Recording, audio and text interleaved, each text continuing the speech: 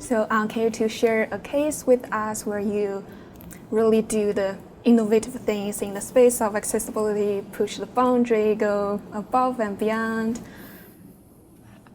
I can't say I'm being innovative. I'm trying to go above and beyond. This last semester I went in and I did a lot of training on how to make accessible documents.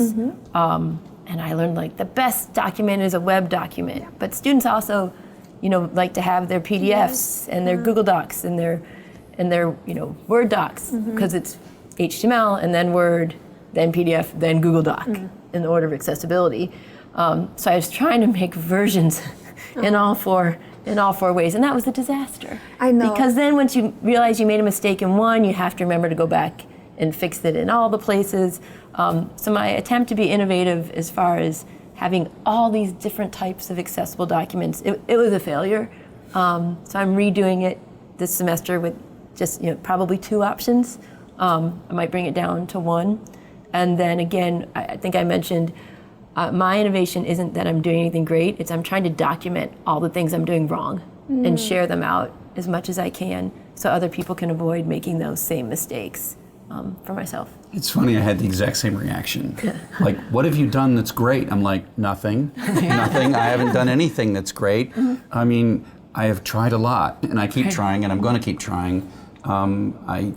It's hard for me at this point to feel like, whoa, that was super successful, because it's an engineering process, right? It's not a process that I expect to finish. It's not a moment where I celebrate and give myself an A.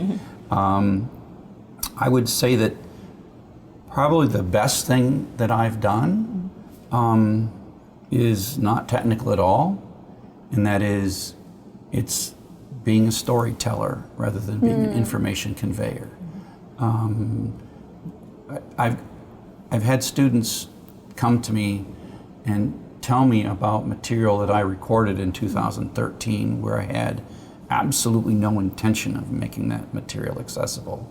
And they tell me it's the most accessible material they've ever seen.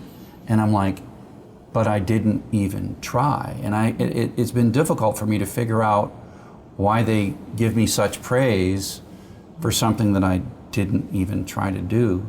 And I think it really comes down to, I try to be a storyteller. I try to be interesting when I speak. And I think that means that when students can't see me visually or what I'm doing visually, it allows them to concentrate more deeply and listen longer, and then they can gain more from it. And so think about telling an audio-only story of something that you care about.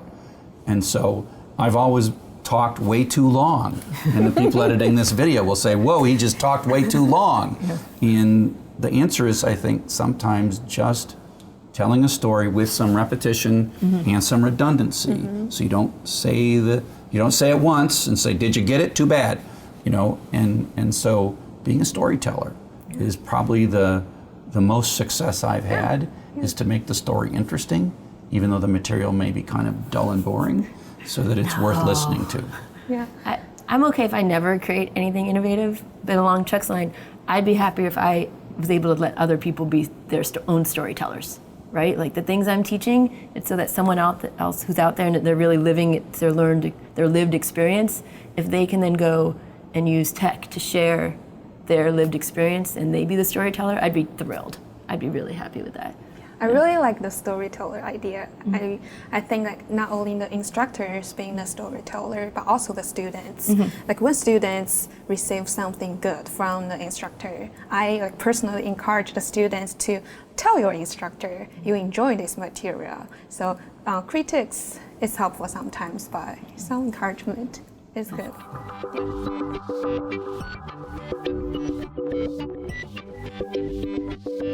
Yeah.